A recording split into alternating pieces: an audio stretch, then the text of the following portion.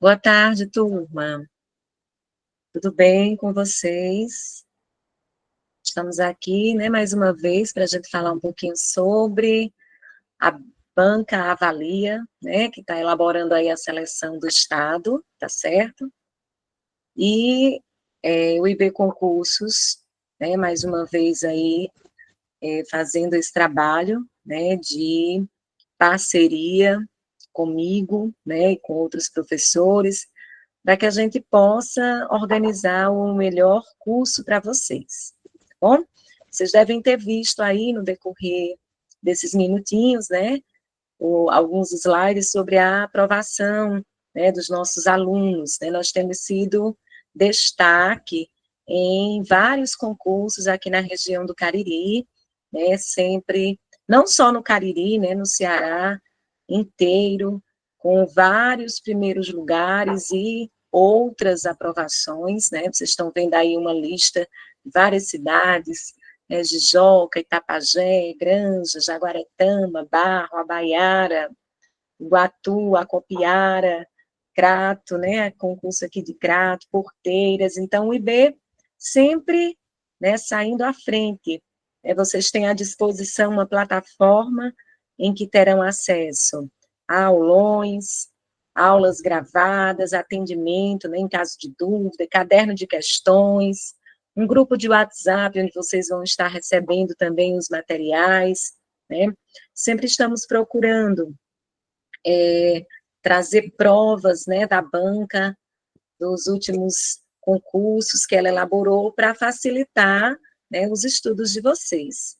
Teremos também simulados, revisão final, né, e vocês têm também acesso à plataforma, né, fazendo aí a assinatura do curso, tem acesso à plataforma por um ano, né, tudo que está lá gravado, vocês vão ter acesso, tá certo? Então,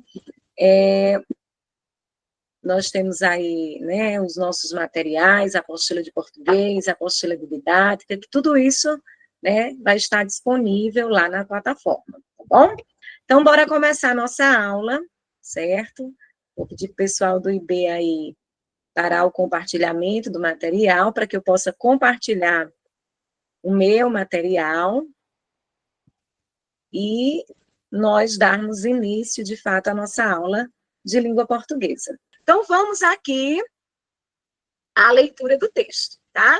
A partir de agora, eu peço, por favor, que não liguem as câmeras, evitem ligar o microfone sem necessidade, a menos, né, que tenha uma pergunta importante sobre o conteúdo, informações sobre a questão administrativa, a questão do edital, né, vocês deixam para fazer ao suporte, tem um site específico mas não é a OCP, tá?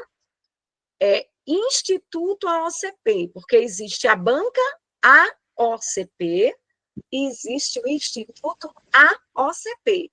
A banca avalia, ela surge do rompimento com o Instituto AOCP. Então, cuidado, é tanto que a banca AOCP, ela tem um nível de questão bem diferente, tá? Se vocês pegarem as provas do Instituto AOCP, vocês vão ver que tem um nível parecido com essas questões que nós estamos trabalhando da Banca Avalia, tá bom? Não é ruim estudar nivelando por cima, né? Quanto mais, se eu consigo resolver questões mais difíceis, obviamente, eu também vou conseguir resolver as fáceis, né? Mas é interessante também resolver questões dentro do mesmo nível, na mesma linha de raciocínio, né, que a banca. O que é que nós observamos na semana passada e esta semana também em outros cursos, resolvendo questões, eu também, né, constatei e confirmei, a banca trabalha, né, muito com foco na alternativa incorreta, na exceção.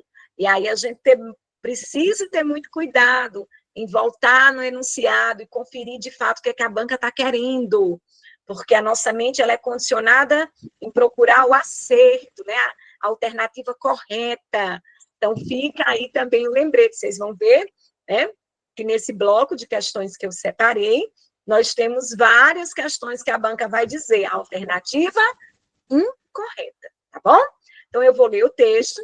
Qualquer dúvida, durante a leitura do texto, eu não consigo ver o chat, tá? Então, deixa para perguntar depois, e se a pergunta for pertinente e um pouco extensa, pode ligar o microfone, tá? Para perguntar, mas deixa eu concluir primeiro a leitura, tá bom? Então, vamos lá. Inicialmente diz assim, leia o texto a seguir, deixa eu tomar aqui uma aguinha, eu não sei aí na terra de vocês, mas o calor aqui, minha gente, tá demais. Eu tô com um ventilador aqui em cima de mim, tá dizendo agora há pouco aqui que todo o ambiente da casa tá pegando fogo, muito quente.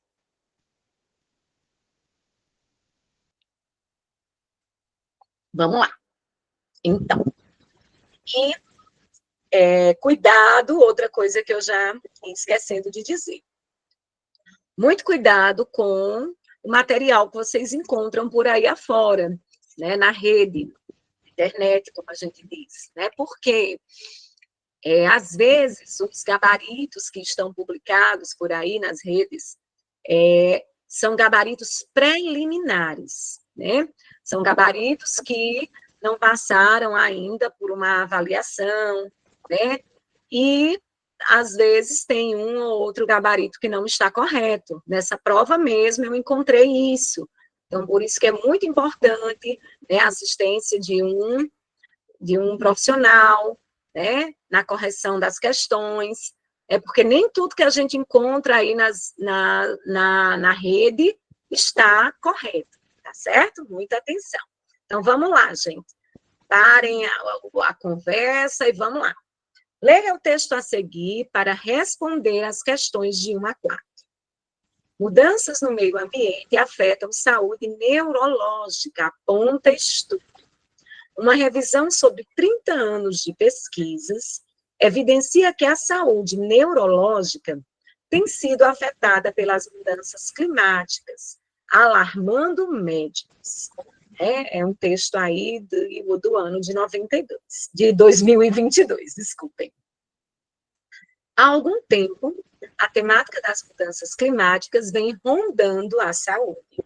Tema abordado, né, pela COP27, tanto pelos impactos do setor para o clima, quanto pelas consequências dessas variações para a saúde populacional no mundo todo.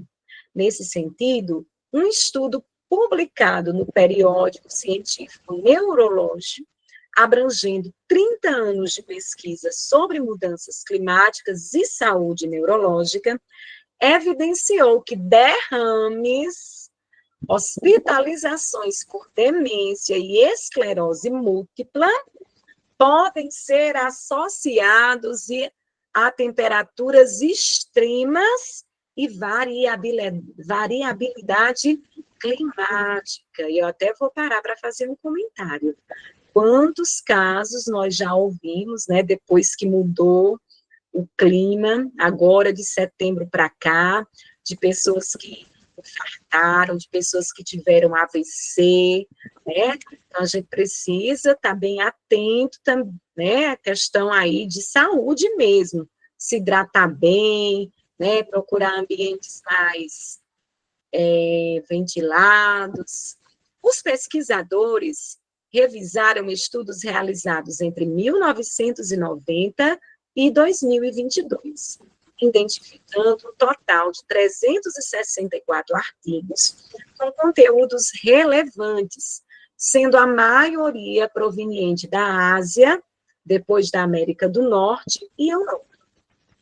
Os autores se aprofundaram em 3 pontos principais: os efeitos da temperatura e a variação de temperatura na saúde neurológica, modificações nas doenças neuroinfecciosas e entendimento de como os poluentes atmosféricos impactam nosso sistema nervoso. Impactam no sistema nervoso. Dentre os indícios levantados sobre os efeitos da temperatura na saúde neurológica, os estudos revisados indicam que há um aumento do risco de derrames em temperaturas extremas e o crescimento do número de internações por derrame em temperaturas mais baixas, o que acredita-se ocorrer pela vasoconstrição e viscosidade do sangue no frio.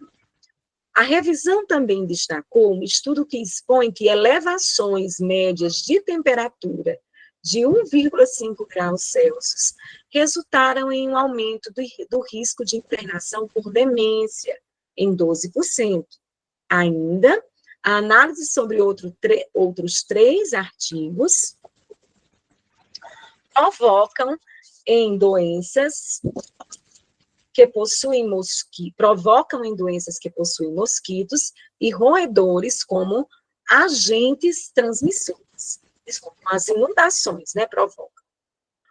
Quanto ao impacto dos poluentes transportados pelo ar para a saúde neurológica, um dos estudos globais revisados indicou que 9% dos anos de vida ajustados por incapacidade por derrame e 8,5% das mortes por esse mesmo problema poderiam ser designados por incapacidade por designados à exposição ao PM2,5, partículas finas em suspensão no ar com um diâmetro inferior a 2,5 micrômetros. A gente vê aí que tem uma linguagem até bem técnica, né? Os pesquisadores também estimaram nessa revisão que 6,1% dos casos de demência podem ser atribuídos a essa mesma exposição a PM2,5 e também ao dióxido de nitrogênio. Ainda, a poluição do ar também foi relacionada à hemorragia intracerebral e à incidência de LA, com alguns resultados variados aos níveis de enxaqueca. Os efeitos das mudanças climáticas expõem muitos desafios de forma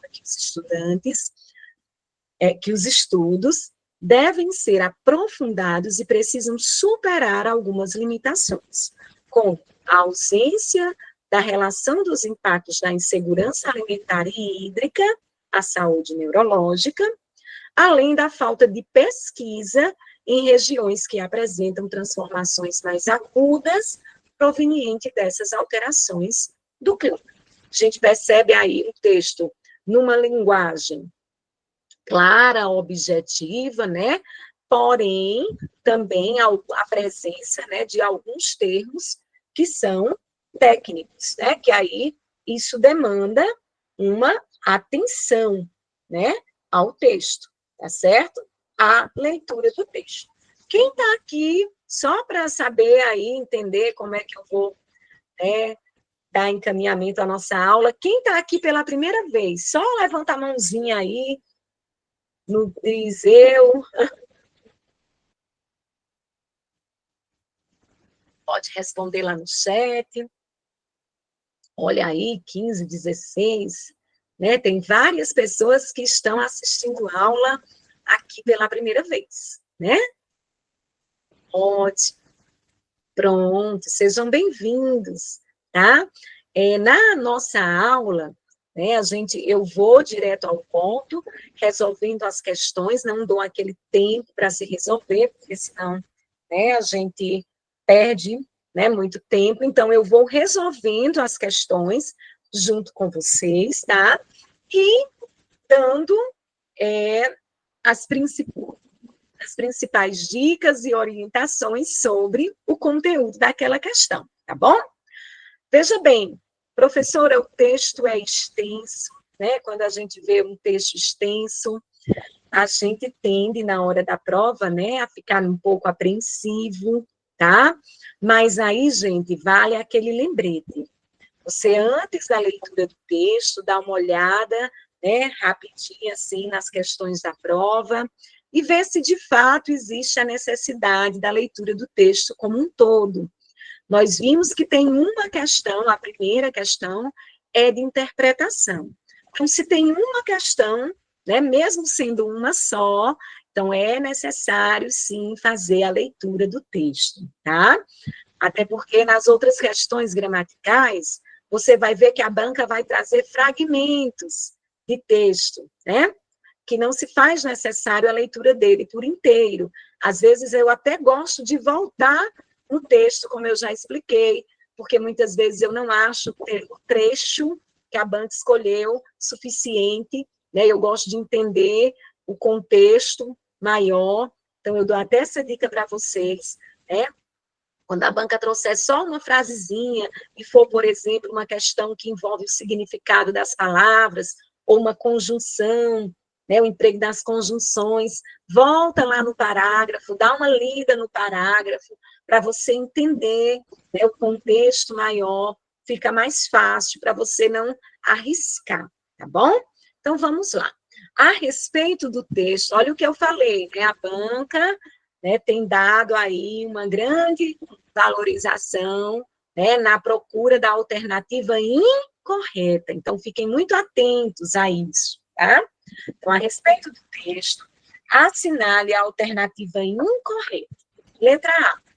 Os pesquisadores se aprofundaram em 3 pontos importantes: os efeitos da temperatura, as modificações nas doenças neuroinfecciosas e o entendimento de como os poluentes atmosféricos impactam o sistema nervoso.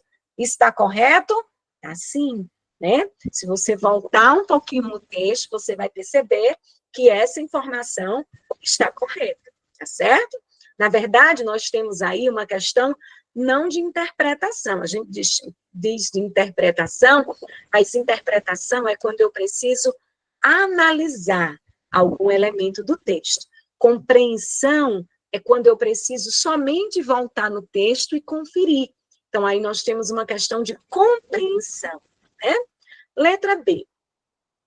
Doenças como derrames, hospitalizações por demência e esclerose múltipla não podem ser associadas a temperaturas extremas e à variabilidade do clima. Eu vou até voltar no texto, né? Para a gente conferir. Olha só, ele diz bem aqui, ó. Cadê?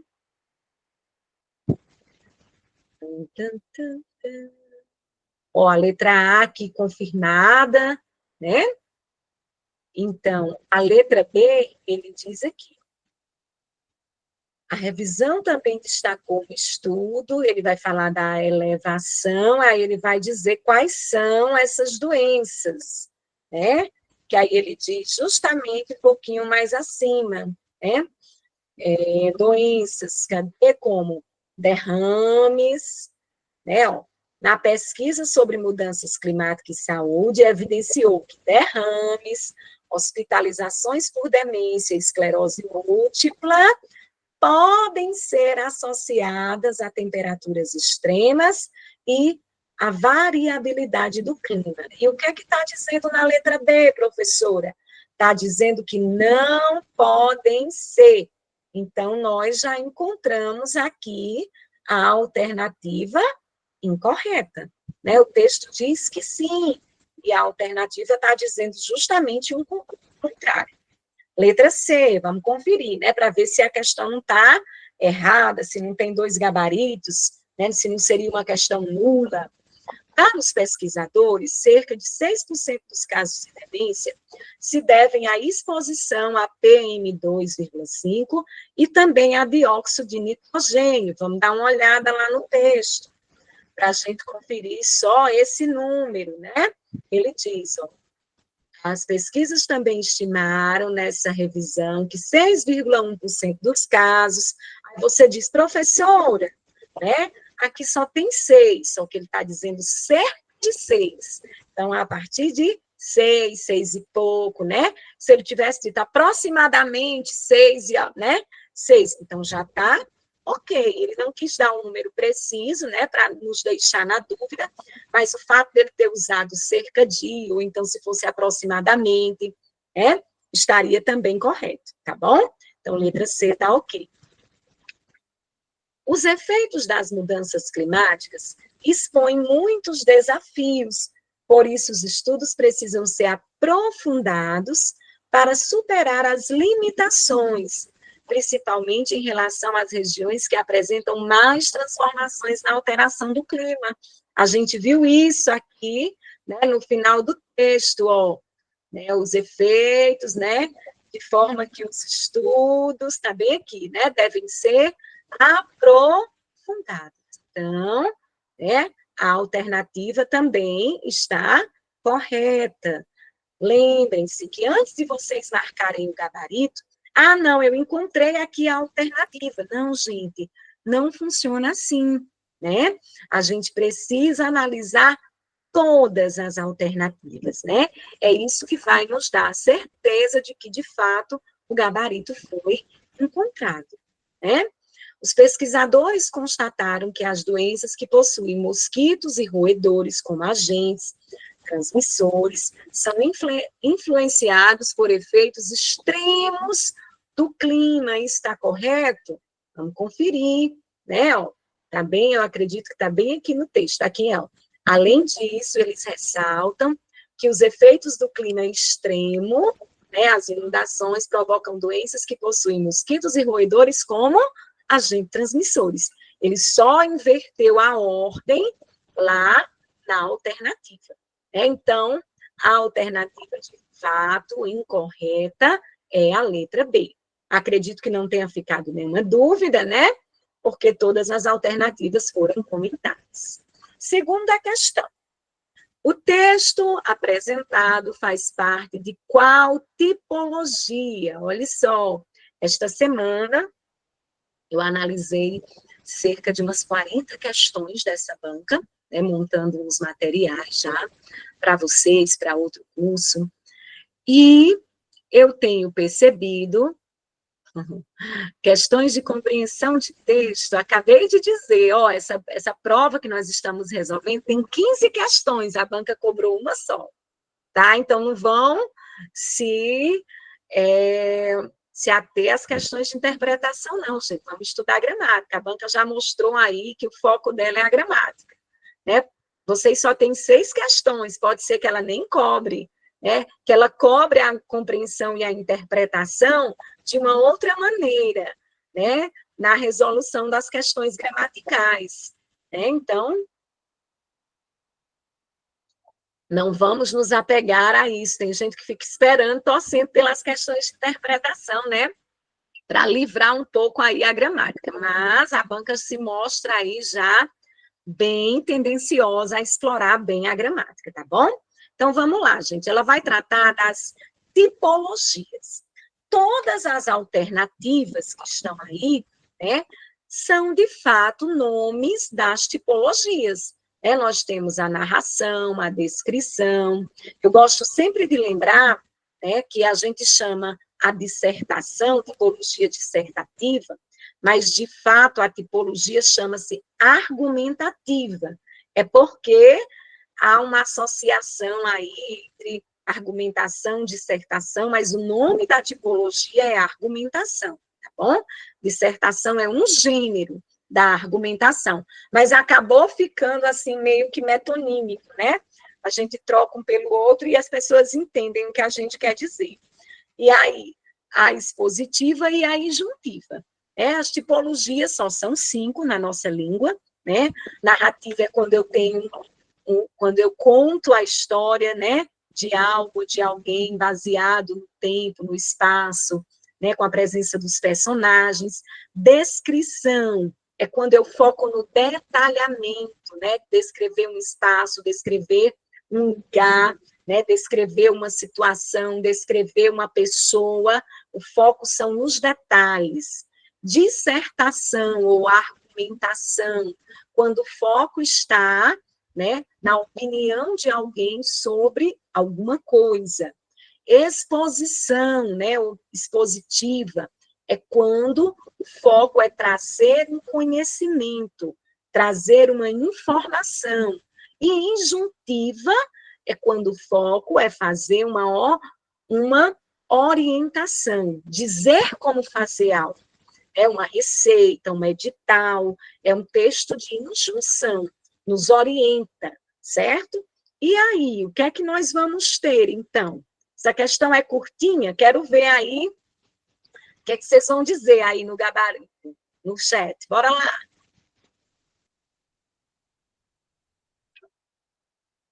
Quem pesquisou na internet, o gabarito da internet está errado, né?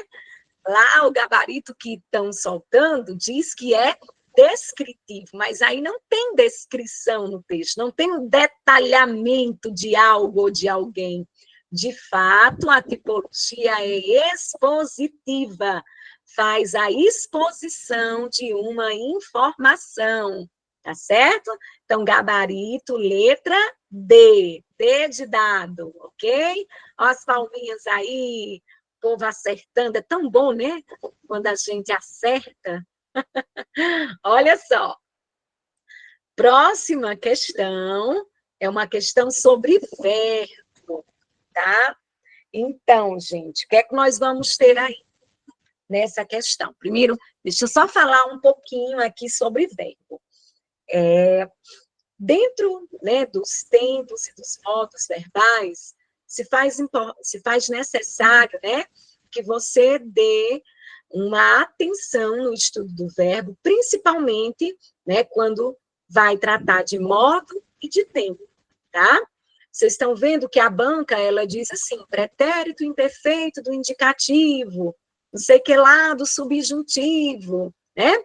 Então, é muito importante a gente entender esses modos e esses tempos. O que são os modos? Primeiro, antes de entender os tempos, a gente precisa entender os modos verbais, né? O que são os modos? São as ações mentais, o modo é a ação mental, né, que eu faço, que eu tenho, na hora de empregar o verbo. Então, essas ações mentais, elas são três. Eu posso usar o verbo dando uma ideia de certeza, né? Minha ação mental é de certeza, eu irei, eu faço tal coisa, né? Eu vi tal coisa.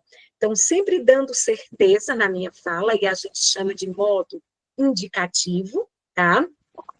Nós temos outra ação mental, que é a ideia de possibilidade, e aí nós vamos chamar, né, de modo subjuntivo, é quando a gente indica na nossa fala, né, que existe uma possibilidade daquilo acontecer, né? Talvez eu faça, né? Se eu fosse, quando eu, né, fizer. Então, dando essa ideia de que algo pode ser possível. E, por fim, né, nós vamos ter, a banca não coloca aí nenhuma das alternativas, mas nós também temos um modo imperativo, né, que é aquele modo que nós indicamos na nossa fala a presença da ordem ou a presença do desejo, tá? Então, modo imperativo é quando eu dou uma ordem, eu faço um pedido para alguém, né? E aí eu indico isso na minha fala, quando eu digo assim, vê isso para mim, né? Faça, por favor, tal coisa, né? Que Deus cuide de ti, né? Eu estou expressando um desejo, né? Estou expressando um pedido. Então, os modos verbais, né? Indicativos e subjuntivo, eles vão ter os seus tempos específicos. O modo indicativo, ele tem 6 tempos. O tempo presente, 3 pretéritos e 2 futuros, tá? Então, e o modo subjuntivo, ele só tem 3 tempos. O presente, o pretérito imperfeito e o futuro. Então, a gente já está vendo ó, que tem uma coisa bem absurda aqui. Pretérito mais que perfeito do subjuntivo, essa letra C. Isso não existe. O subjuntivo só tem presente, pretérito imperfeito e futuro. Né? A letra C a gente já desconsidera, certo? Então, e aí? Como é que eu vou saber, professora? Principalmente no indicativo, né, que a gente tem aí 3 pretéritos, 2 futuros, né? Eu sempre digo que quando a gente vai estudar o verbo, a gente precisa fazê-lo da seguinte forma: pela semântica, pelo sentido que tem cada tempo verbal. Não adianta estudar como na minha época de ensino fundamental, né, o pessoal aí da casa dos 40, né, vai lembrar que nós fomos condicionados a memorizar a terminação verbal. E as professoras faziam aquele exercício. A tarefa de casa era o castigo de conjugar um verbo, né, em todos os tempos do indicativo. E a gente fazia isso, né, de forma meio mecânica, sem entender nada, apenas olhando para as terminações, né? E hoje em dia, você vê que as questões, nós não pedimos mais para os nossos alunos conjugarem verbos em todos os tempos, eu, isso, tu, aquilo, não. A gente analisa os textos, a forma como os verbos estão empregados, e aí a gente faz isso entendendo a semântica, o sentido dos verbos. Então, veja só, o presente, né, é o hoje, é o agora. Raramente a gente tem dificuldade de identificar o presente, né, do indicativo. Indica, né, que eu vou fazer algo hoje, né? O indicativo é uma certeza. Então, se é presente, é algo que vai acontecer no momento, né? Então, eu disse, eu amo, eu faço, né? Então, é o presente. O pretérito são três: pretérito perfeito, imperfeito e mais que perfeito. Professora, como é que eu vou saber a diferença? Olha só, pretérito perfeito, ele indica uma ação, né, passada, mas totalmente concluída. É algo que já foi resolvido. Então, por exemplo, o verbo ver. Eu vi você, já passou. O verbo amar. Eu amei ir à escola, né? O verbo cantar, né? Eu cantei, tu cantastes, eles cantaram. Foi uma ação que foi totalmente concluída, que já passou. Mesmo que tenha sido há uma hora atrás, mas foi uma ação concluída. O que é um pretérito imperfeito? É também uma ação passada, mas é uma ação que não foi concluída. É uma ação inacabada. Eu via tal coisa, é como se eu tivesse sido interrompida. Eu estudava, né? Então eu parei de estudar para fazer outra coisa. Eu cantava quando ele chegou. Tu cantastes, né? Quando ele chegou. Então veja, é uma ação que estava acontecendo no passado, mas que não foi totalmente concluída. Então, pretérito perfeito, ação concluída. Pretérito imperfeito, ação inacabada, também no passado. E o mais que perfeito? Mais que perfeito é um tipo de situação que raramente nós utilizamos na nossa fala. Nós não usamos o pretérito imperfeito, até porque é muito formal, né? Fica estranho. No pretérito perfeito, eu diria assim, com o verbo estudar. Eu estudara. Você vai dizer, estudara? O que quer dizer o pretérito perfeito? Quer dizer que é uma ação que eu acabei de fazer. Sandra, você estudou? Estudara. Quer dizer, eu parei agora. Aí, como é que a gente usa o pretérito imperfeito? Desculpe, mais que perfeito. A gente diz assim, tu estudou, Sandra? Eu digo, estudei ainda agora, né? Para dizer que eu terminei de estudar. A gente não usa estudar, comer, ele fizera a atividade, fizera. Como assim fizera? Fizera quer dizer, terminou de fazer, né? Então, mas essa é a forma adequada do uso do verbo mais que perfeito. Mas a gente não fala assim no dia a dia, não é? Então, sou estranho, parece até que a outra pessoa está falando errado, né? Então, beleza. E os futuros? Futuro, pode responder? Pode, Carlos, fica à vontade, mas eu preciso explicar para quem não sabe, né? Os futuros só são dois, né? Futuro do presente e futuro do pretérito. O que é futuro do presente? É um futuro certo, que você tem certeza, né? E mostra isso que vai acontecer. Ainda agorinha, né? Então, quando eu digo, eu irei, eu amarei, eu farei, eu cantarei, né? Ele fará. Então, isso é um futuro certo. E o que é o futuro do pretérito? É um futuro que depende de algo para acontecer. Ele vai, desculpem, ele vai acontecer, mas ele depende de um fator. Então, você diz assim, ó, eu iria se me convidassem, eu faria se eu soubesse. É diferente de dizer, eu farei, eu direi, eu cantarei, tá? Então, o futuro do pretérito é como se fosse um futuro condicional. Ele depende de algo para acontecer. Então, olha só, falei dos 6 tempos do modo indicativo. E no modo subjuntivo, só são 3, sempre indicando ideia de possibilidade. Presente, algo é possível de acontecer no agora. Ó, talvez eu vá, né, à igreja. Talvez eu estude daqui a pouco, né? Possivelmente eu corra mais tarde. Ó, sempre dando essa ideia de possibilidade de algo que pode acontecer no agora. O que é o pretérito imperfeito do subjuntivo? É algo, né, que teria tido a possibilidade de acontecer no passado.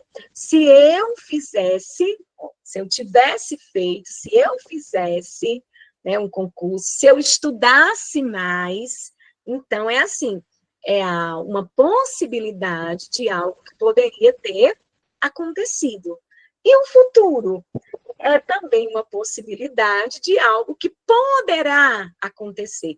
Quando eu fizer, quando eu estudar, quando eu resolver tal coisa, né? Tudo dará certo, veja. Então, é uma possibilidade para depois, tá ok? Então, bora lá na questão. Aí a questão diz assim, o verbo evidenciou, né?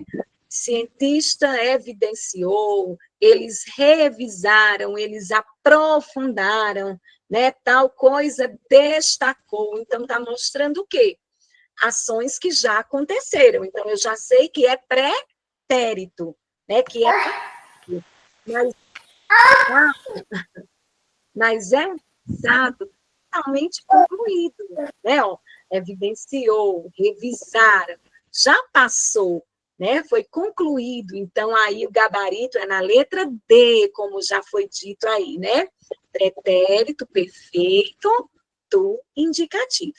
Eu me demorei aí um pouquinho na questão, mas se faz necessário esses comentários, porque nem todo mundo, né, aqui já vinha estudando ou lembrava do assunto, então é importante a gente, às vezes, parar um pouquinho para teorizar, né? Até porque o objetivo da aula é esse, senão eu mandaria o material e mandaria só o gabarito para vocês e pronto, né? Vamos lá, gente. Então, próxima questão. Então, aqui nós já sabemos o gabarito, pretérito perfeito do indicativo. Olha, a quarta questão vai falar de elemento coesivo. Ele diz assim, ó, no quarto parágrafo do texto apresentado, temos a presença do elemento coesivo além disso, né? Que são os elementos de coesão. Vamos só lembrar, né? A gente lembra coerência, coesão, né? O que é coerência? Coerência é o sentido adequado, né? Quando a gente diz assim, você foi coerente, né? Você não se contradisse, né? Então, são as ideias colocadas de forma correta, exata, né? Coesão são os elementos, são as ligações que a gente faz no texto, né? E aí, para fazer a coesão, né, para fazer essas ligações entre as ideias do texto, a gente usa determinados elementos, né? Que são elementos de ligação. A gente usa as conjunções, a gente usa os pronomes demonstrativos, esse, essa, isso, aquele, aquela, aquilo. A gente usa os pronomes relativos, que, o qual, né, quais, para fazer referência ao que já disse. Então, existem vários elementos coesivos, né, elementos para fazer a ligação entre as partes do texto. E quando a gente usa também esses elementos coesivos, eles trazem para o texto um sentido, né? Eu posso usar uma conjunção com sentido de causa, eu posso usar um elemento de coesão com sentido de correção, de retificação, de explicação, de adição, né? Então, você precisa analisar o elemento que a banca traz e precisa também observar o sentido que esse elemento tem, né? Isso, Everton. Depois pega a aula, pega o material teórico, revisa, assiste a aula de novo, vai fazendo suas anotações. Eu também só sei estudar assim, Everton, só aprendo se eu escrever. Quando eu estou só falando, eu não memorizo nada, eu preciso escrever do meu jeito, fazendo ali os meus esquemas, aí eu tenho confiança, né, naquilo que eu de fato estudei. Cada um vai ter seu jeito de estudar, né? Tem gente que prefere estudar ouvindo, outros preferem estudar escrevendo, né? Então, cada um tem que encontrar a forma mais adequada. Então, bora lá. Ele diz assim, ó, temos a presença do elemento coesivo além disso. Ainda, aí traz o trecho, ó, ainda, a análise sobre outros 3 artigos apresentou uma relação entre a frequência de convulsões com mudanças meteorológicas. Além disso o quê? Do que ele já disse. Então, ele vai colocar algo a mais. Ele diz além disso, porque ele quer dizer que tem um elemento a mais, né? Então, esse além disso, já disseram aí no chat, tem um sentido de adição. Eu vou dizer algo a mais. Eu poderia também colocar assim, ó, também, né? Também, para dizer que tem outro elemento, não só tal coisa, né? Mas tem outra coisa, né? O nem só, não só, além disso, também, né? Mas também dão ideias, né? De adição de fatos, adição, né, de outros elementos. Então, gabarito, né, significa aí, ademais, exatamente, Elaine, ademais, isso é uma conjunção coordenativa, né, só que aí, nesse caso, ele não está usando como uma conjunção, porque não está ligando, né, aí as orações, está ligando só a ideia, então é uma expressão, né, para usar uma expressão para trazer uma ideia de fato a mais, né? Então, gabarito, letra A, né? Indica na fala, indica no texto que algum elemento a mais vai ser acrescentado, né? Causa, condição, esclarecimento, oposição, não é nenhum deles, envolve muito a interpretação, né? Também aí na leitura do trecho, tá? Mas é uma questão fácil, né? Quando você conhece os termos. Questão de número 5, olha só, envolvendo as orações. Eu acho que no nosso último encontro, o ademais também, viu, professor Inácio? Ademais é quando eu vou também adicionar um outro fato, né? É um elemento de coesão, né? Aditivo, né? Que indica a adição, tá certo? É importante o ademais, é chique também, né? Olha, a questão de número 5, acho que na aula passada, a nossa última questão foi sobre conjunção coordenativa, salvo engano, né? Porque eu estou resolvendo questões também em outras turmas, aí tem hora que eu não sei onde foi que eu resolvi a questão, enfim, mas eu acredito que foi. Então, essa questão, ela vai falar de orações subordinadas. Só, né, lembrando, quando vocês forem revisar, quando a gente vai começar a estudar as orações, né? O que são as orações? São frases que têm a presença do verbo, né? Então, toda vida que tem verbo na frase, eu chamo de oração. Só que, às vezes, nós não temos somente uma frase, né? O gabarito da questão 4 foi letra A, certo? Só que, às vezes, na frase, gente, nós não temos só um verbo, né? Nós não temos só uma oração, né? Por exemplo, aqui, ó, nesse períodozinho, nós temos fico feliz, o verbo ficar, né? E o verbo fazer, né? Faço uma viagem. Então, nós temos dois verbos. Se nós temos dois verbos, nós temos duas orações. E aí a gente vê a primeira oração, ó. Fico feliz sempre, né? Aí a gente vai se perguntar, por que que essa pessoa fica feliz, né? Sempre, né? Sempre que faço, quer dizer, fico feliz, na verdade, né? A primeira oração aí. Sempre que faço uma viagem diferente. Então, veja, uma oração tem a ligação direta com a outra, precisa da outra para completar o seu sentido. Então, essa é a ideia de oração subordinada. Uma depende da outra.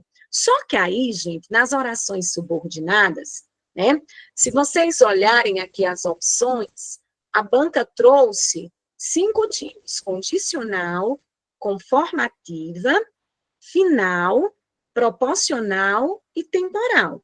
Todos esses nomes, de fato, são orações subordinadas adverbiais. As adverbiais, né, são 9 tipos, aí tem 5 que a banca colocou, tá? E elas são consideradas mais fáceis, por quê? Porque o que é um advérbio? O advérbio é uma circunstância que você impõe, né, para o verbo, para o adjetivo ou para outro advérbio. No caso das orações, né, é uma circunstância que eu coloco para outra oração, para a oração anterior ou para a oração posterior. Então, essas circunstâncias, elas recebem o mesmo nome que as conjunções subordinativas. Quando vocês vão estudar lá na morfologia, né, as conjunções, vocês vão ver que tem 10 tipos. Oxe, professora, a senhora disse agora que era 9. Eu disse que tem 9, que tem circunstâncias, que tem sentido. Porque tem uma delas, que são as conjunções integrantes, que elas não estabelecem sentido, tá? É tanto que elas nem fazem parte das adverbiais, certo? Então, as orações subordinadas adverbiais, elas são classificadas, né, pelo sentido que elas têm. O que é uma condicional, né, quando dá a ideia de condição. Se você estudar, caso ele venha, né? Tanto pode começar com a oração subordinada, quanto ela pode vir no final. Ele vai passar se estudar, certo? Que é conformativa. Conformativa é quando dá a ideia de combinação, de concordância. Ó, conforme foi dito, iremos ao cinema, né? Ou então, faremos a prova conforme combinamos, segundo combinamos. Então, conforme, segundo, com, consoante, né? Da ideia de conformidade. Final, a ideia não é de fim, é de objetivo, de finalidade, né? Estudou para se sair bem, né? Porque queria tirar uma nota boa, estudou bastante, ó, porque com sentido de para quê. E aí a gente também precisa ter muito cuidado, porque quando a gente vai estudar as conjunções coordinativas, vai ter uma listinha lá, né? E não adianta a gente só memorizar aquela lista. Tal conjunção, porque é sempre uma conjunção causal. Não. Agora mesmo, na minha fala, eu sei porquê, sentido de causa, de para quê, né? Então, a gente tem que classificar a conjunção na frase pelo sentido que ela tem, certo? E não somente porque eu vejo tal palavra, por exemplo, a conjunção como, tá? Ó, como pode ser comparativo quando eu digo assim, ó, ela é tão bonita como você. Estou estabelecendo uma comparação. Eu posso dizer também como no sentido de causa, né? Como você não estudou, né, tirou uma nota ruim, ó. Por que você não estudou é o motivo, como com sentido de porquê. E eu ainda tenho como com o sentido de conformidade. Como me disseram, né, iremos mais tarde à missa. Então, como no sentido de conforme. Veja, a mesma conjunção pode ter sentidos diferentes. Epa, professora, então eu já estou percebendo que não adianta só decorar. Exatamente. Você tem que aprender os nomes que elas têm, conhecer as conjunções, mas você vai classificar pelo sentido no contexto, certo? O sentido que a palavra, como no sentido de causa, acontece no início. Em geral, peraí, viu? Como estava doente, foi à escola. Exatamente, porque senão no meio fica sem sentido, Ademir. Isso mesmo. Vamos lá. Então, proporcional aponta uma relação, né, de dois fatos que acontecem ao mesmo tempo, né? Proporção, quanto mais estuda, mais aprende, quanto menos come, né? Mais fica triste, quanto menos come, menos engorda. Então, é sempre dois fatos que caminham juntos, proporção. E temporal? Temporal é o gabarito, muitos já disseram aí, né? Ó, fico feliz quando, professora? Sempre que faça uma viagem, sempre quando, né? Vai dar a ideia de tempo, né? E aí nós falamos de 5, faltam quantas? Faltam 4. Vamos falar das outras 4. Proporcional, podemos usar o termo à medida que, sim, também é proporção, à medida que e a proporção que, certo? Então, as outras, quem está faltando? Concessiva, né, que vai estabelecer ali uma relação parecida com a oposição, né, embora tenha estudado, né, não aprendeu o suficiente, né, mesmo que, né, comesse muito, não engordava, é sempre a concessão, uma permissão que se faz para algo que aconteça. Então, vai parecer a ideia, né, de contrariedade, mas, na verdade, foi uma permissão que foi feita, por isso que acaba contrariando a regra. Oi, Ângela, você quer falar? Professora, mas eu entendi aí, ó, fico feliz sempre que faço. Não é a medida que faço, não a proporção que eu faço, eu fico feliz. Não. Veja só, fico feliz sempre que faço uma viagem. Então, no momento, a banca de fato trouxe como gabarito. Se você tentar trocar pela medida, fico feliz à medida que faço, né, uma viagem.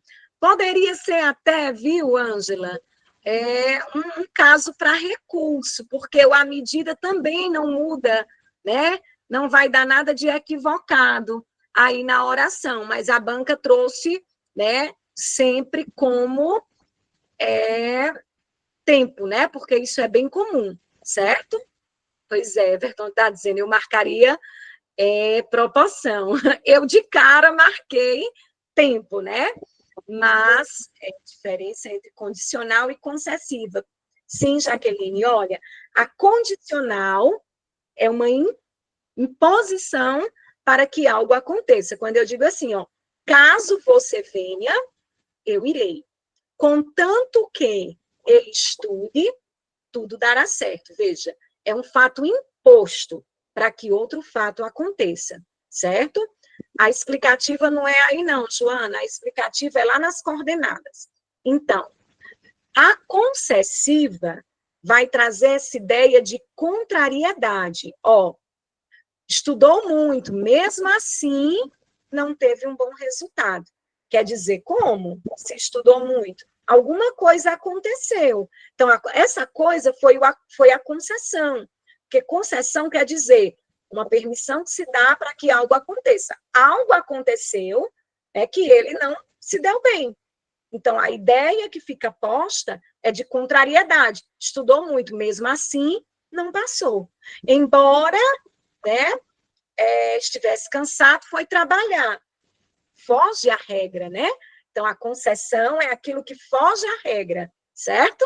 E a condição é uma imposição, tá bom? Eu pensei que a viagem fosse uma condição para a pessoa ficar feliz. Não, mas aí, se a viagem fosse uma condição, para ser uma condição, tinha que ter uma conjunção condicional, Rita. Né? Se fizer uma viagem, caso faça uma viagem, fica feliz. Né? A conjunção tem que estar posta.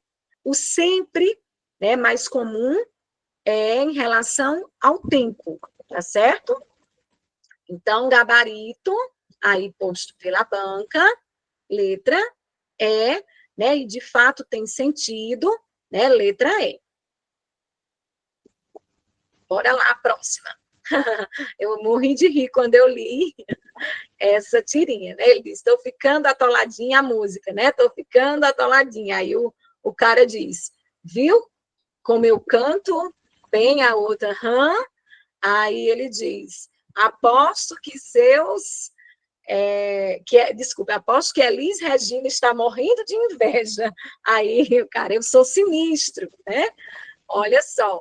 Então, na tirinha acima, né, a expressão morrendo de inveja. Na aula passada, nós também resolvemos algumas questões que falou-se sobre figura de linguagem, né?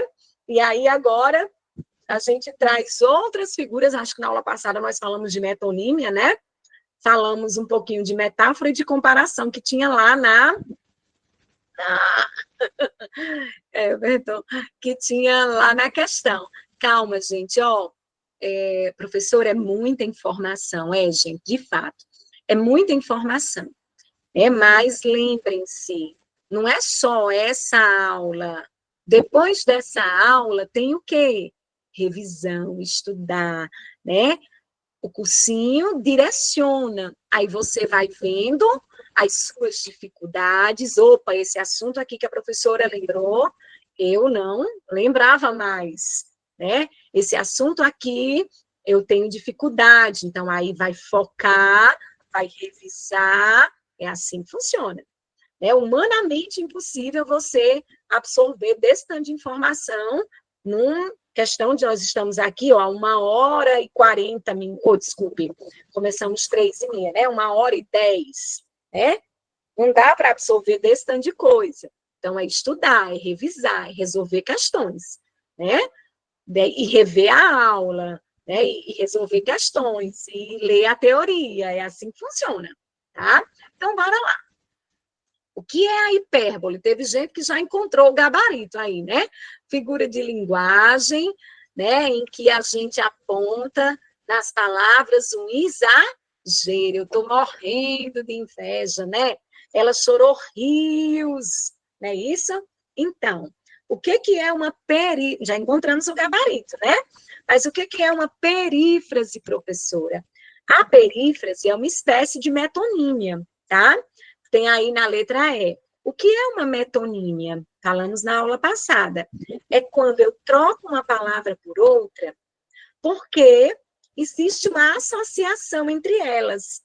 Elas são muito parecidas, muito próximas, que tanto faz dizer uma como a outra que as pessoas vão entender. Ó, eu disse lá na segunda questão, as pessoas usam o termo dissertação, né, para falar da tipologia argumentação. Ficou uma coisa associada à outra, mas a dissertação é um gênero. É igual a gente faz quando a gente diz assim, eu vou ali comprar sabão Omo, né? E chega e traz outro sabão em pó, quando na verdade a gente queria comprar qualquer sabão em pó, e a gente às vezes nem compra Omo, né? Porque é mais caro. Enfim, mas o que é que eu estou querendo dizer? A marca que se popularizou, né? Ela é associada ao produto. Então, eu troco o produto pela marca, eu troco o autor pela obra. A gente diz assim, ó, eu escutei Elis Regina. Não, lógico que você escutou Elis, mas você estava ouvindo a música de Elis, né? Eu li Machado de Assis, você leu a obra, mas uma coisa está ligada à outra. A prova de vocês vai ter 6 questões, viu, Ana? Então, gente, a perífrase é também um tipo de metonímia. Só que na perífrase é quando, ao invés de dizer o nome do lugar, tá? Eu digo uma característica do lugar. Quando eu digo assim, ó, eu vou viajar para a cidade maravilhosa, né? Aí a gente já associa ao Rio de Janeiro. Fulaninho foi para a terra do Gonzagão. Aí tem que ter um conhecimento, claro, cultural, né? Quer dizer, foi lá em Exu, ele viajou para a Terra da Luz, viajou para Paris. É quando eu troco perífrase é também a troca de uma palavra por outra, porque existe entre elas essa proximidade, tá? Mas perífrase eu uso especificamente para trocar o nome do lugar por uma característica dele que se destaca. Mas é um tipo de metonímia, tá? Tem também a opção catacrese. O que é a catacrese? Catacrese é quando eu troco uma palavra por outra, porque não existe uma apropriada, né? Por que eu digo a orelha do livro? Porque ninguém criou um outro nome para aquela abazinha, né? Apropriou-se do nome orelha que já existia e colocou lá a perna da cadeira, né? O braço do sofá, a cabeça do prego. Então, a catacrese é essa troca de um nome por outro ou a apropriação de um nome para outras coisas, certo? E, por fim, que nós não falamos ainda, o eufemismo. O que é o eufemismo? É o contrário da hipérbole. Se hipérbole é o exagero nas palavras, né? O exagero na ideia, naquilo que se quer dizer, o eufemismo é a suavização da ideia. É quando, para não ser direto, para não ser grosseiro, você suaviza. Acontece muito isso com as notícias sobre morte, né?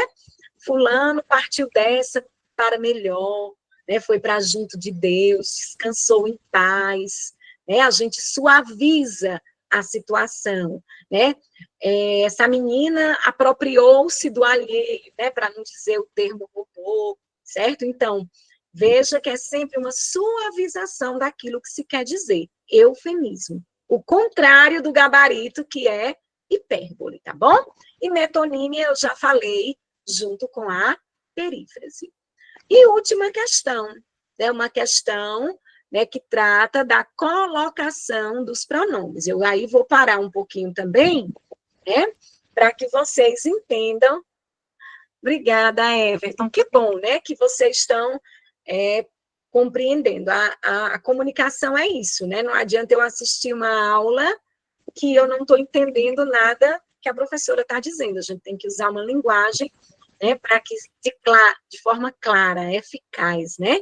Ontem eu estava falando sobre isso, eu dei uma palestra sobre estratégias de comunicação, e aí era um dos pontos da palestra, era justamente isso, né? Não adianta você ter muito conhecimento e não saber passar, né, esse conhecimento através da sua fala, usar uma linguagem muito difícil, né?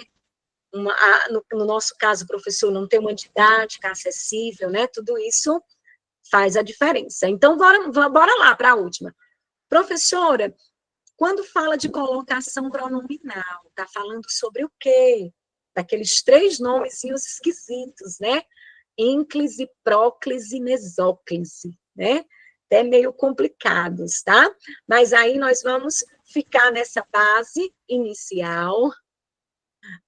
Que bom, Cristiane, obrigada. Ó, vamos ficar nessa base inicial, entender o que é próclise, ínclise e mesóclise. Quando a gente fala de colocação dos pronomes, nós não estamos falando de todos os pronomes, tá? Primeira coisa a lembrar. Vocês vão ver lá no material apostilado que tem um blocozinho só sobre colocação pronominal. Quais pronomes são esses, professora? Que a gramática tem a preocupação de orientar a colocação deles.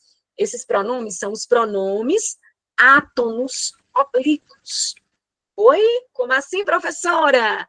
Ó, lembra que lá a gente estudou os pronomes pessoais, do caso reto, eu, tu, ele, nós, vós, eles, né? Todo mundo lembra desses, tá? Mas aí, nós também estudamos, né? Mim, comigo, te, ti, contigo, se, si, consigo, ó, a, lhes, lis, né? Nos, conosco, vos, convosco, que esses pronomes, né, são chamados de pronomes oblíquos. Eles servem para substituir o nome, tá? E aí, tem alguns deles que são chamados de pronomes oblíquos átonos. O que quer dizer átonos, né? Que eles têm um som menos intenso, né?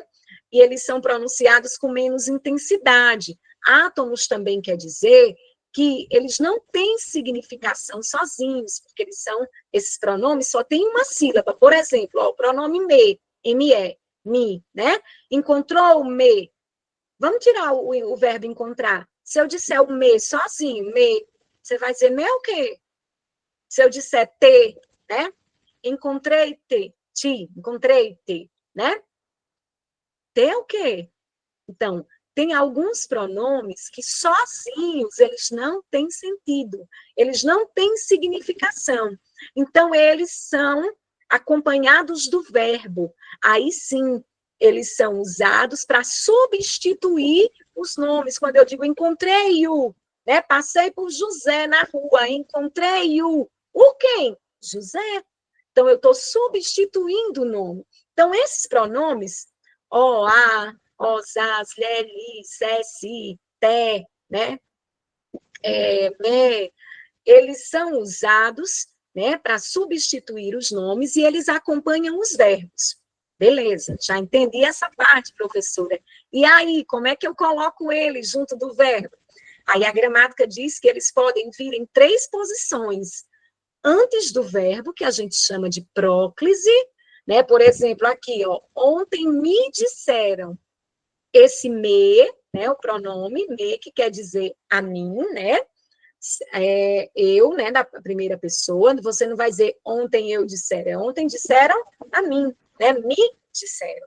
Então, esse me é o pronome que está antes do verbo. Cadê o verbo? Disseram. Então, isso aqui é uma próclise, tá?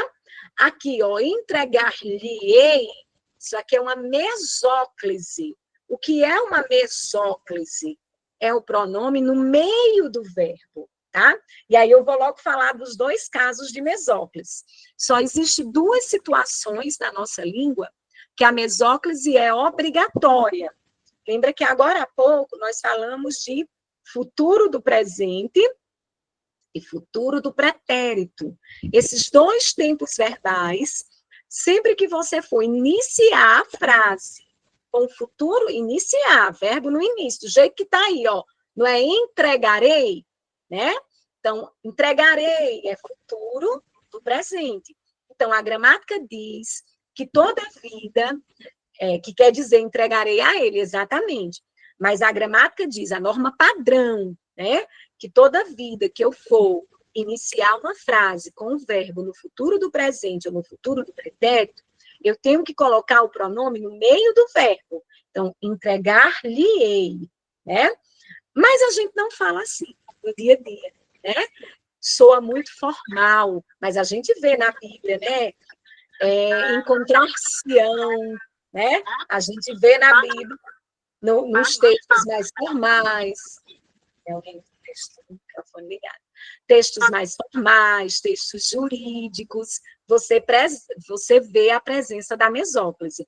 Então, quando é que eu devo usar a mesóclise? Pela norma padrão, sempre que a frase for iniciar com verbo no futuro do presente ou no futuro do pretérito. São esses 2 casos, tá? Professora, a senhora não diz quais são os casos de próclise. Eu digo já, porque são muitos. Colocar o pronome antes do verbo demanda muitas orientações. E, por fim, nós vamos ter o pronome depois do verbo. Né? Aí, por exemplo, na letra E, devo-lhe, né? Não levando em conta a locução, esqueçam inicialmente o explicar, tá? Vamos pensar que tenha só o verbo dever. Devo-lhe um presente, vamos supor que fosse assim. Por que colocou o pronome depois do verbo? Porque a norma culta, a norma padrão, a gramática diz assim, ó, toda vida que eu for iniciar uma frase com o verbo no infinitivo, que é um verbo no infinitivo, professora? É um verbo terminado em AR, ER, ou então com qualquer verbo que iniciar a frase, com exceção do futuro do presente e do futuro do pretérito, tirando esses 2, você tem que colocar o pronome depois do verbo. Aí a gente lembra uma regrinha, que eu não sei se vocês já ouviram, que diz assim, ó, nunca deve iniciar a frase com pronome oblíquo, né? Lhe devo. Não, é devo-lhe. A gente não inicia as frases com as orações, né? Frases que têm verbo. Sempre que o verbo vem no início, tá? Então, o pronome tem que estar enclíptico, tem que estar depois do verbo. Professora, mas a senhora mostrou lá na letra A né? Aqui, ó, ontem me disseram, mostrou lá na letra A, que eu posso colocar antes do verbo. Exatamente.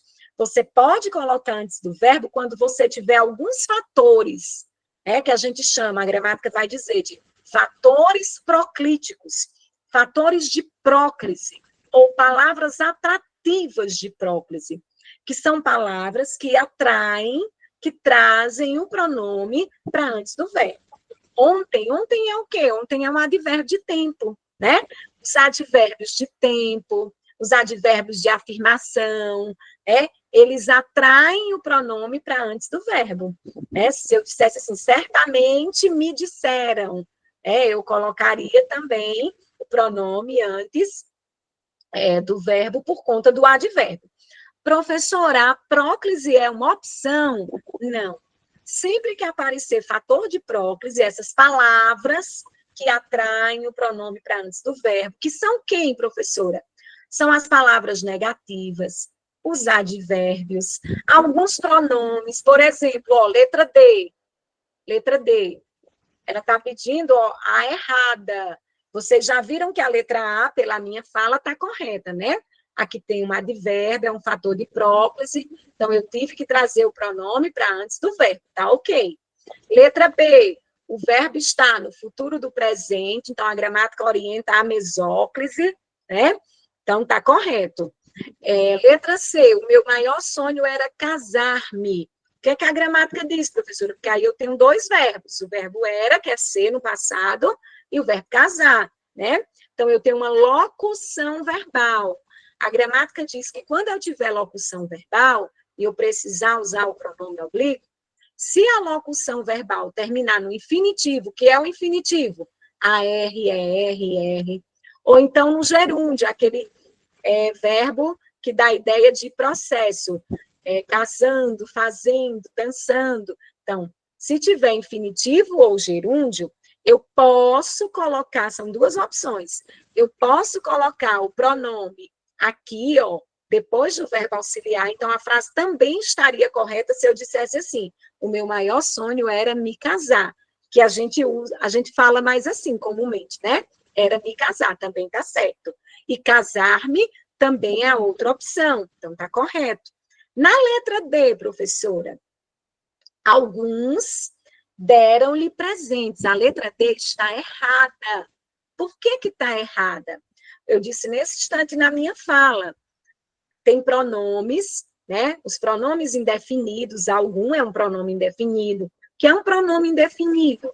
É aquele conjunto de pronomes que servem para dar uma ideia, né, não tão exata, alguns, vários, muitos, algo, nada, né? Ideia de imprecisão.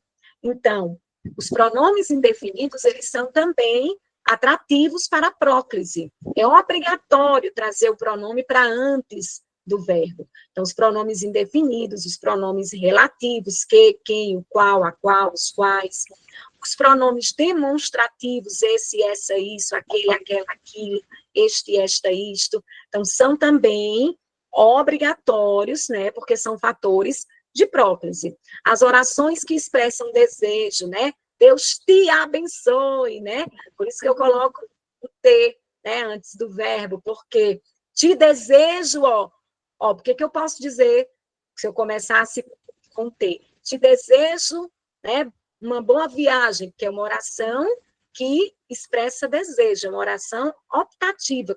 Optativa não é porque é para optar, não. Optativa é porque expressa o meu desejo, tá? Então, as orações exclamativas, optativas, também são obrigatórias à próprise, certo? Então, a letra D está errada. Depois vocês vão ler lá no nosso material. Colocação pronominal, próclise, ênclise e mesóclise. Lá vai ter vários exemplos, até questões para vocês resolverem. Essa apostila está disponibilizada lá na plataforma. Então, letra D está errada. Nós estamos na nossa última questão, Everton. Aí, semana que vem, nós vamos resolver as outras 8 questões dessa prova. Tá? Essa prova tem 15 questões. Eu separei 7 para hoje, 8 para depois, porque também senão fica muito cansativo, é muita informação, né? E na letra E, devo lhe explicar. Tem ainda a questão 8? Não, tem não, essa é a última. Não. Ai, desculpa, tem, já vou falar. Eu coloquei 7 hoje e 8 semana que vem. Então, ó, a letra E é o mesmo caso da letra C. Ó, tem uma locução verbal, ó, 2 verbos, devo explicar. Então, a regra diz que quando tem locução verbal terminada em infinitivo, eu posso também colocar o pronome junto do primeiro verbo, ou então junto do segundo verbo, como é o caso de casar-me. Mas se tivesse colocado, devo explicar-lhe, também estaria correto. Então, o que é que está errado? A letra D, porque deveria ser alguns, né, lhe deram presentes, porque o alguns é um fator de próclise, é um pronome indefinido. E vamos para a nossa última questão. Eu pensei que eu tivesse colocado só 7.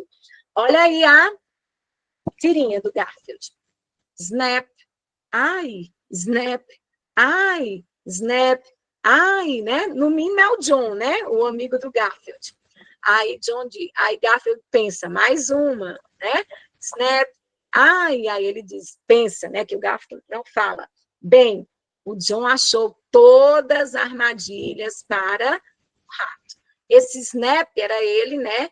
Pisando ou então batendo na ratoeira, né?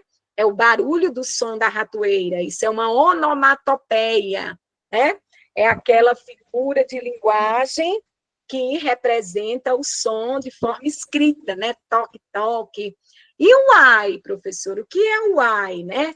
Justamente, ó, ele diz, nos balões que indicam a fala, os balões de fala são ai, ai, ai, porque esse balão do Garfield é balão de pensamento. Os de fala são esses que têm o ai, né? Então, nos balões que indicam a fala de alguém, temos palavras que pertencem a qual classe, né? E aí, não tem como a gente falar de todas as classes agora, porque, né, são 10, tá? Mas essa questão é bem simples, né? Essa classe de palavras que a gente expressa as nossas emoções, ai, ioba, né? Viva, enquanto toda a vida que eu expresso a minha emoção, né? Que são também chamadas de palavras-frases, são as interjeições, né?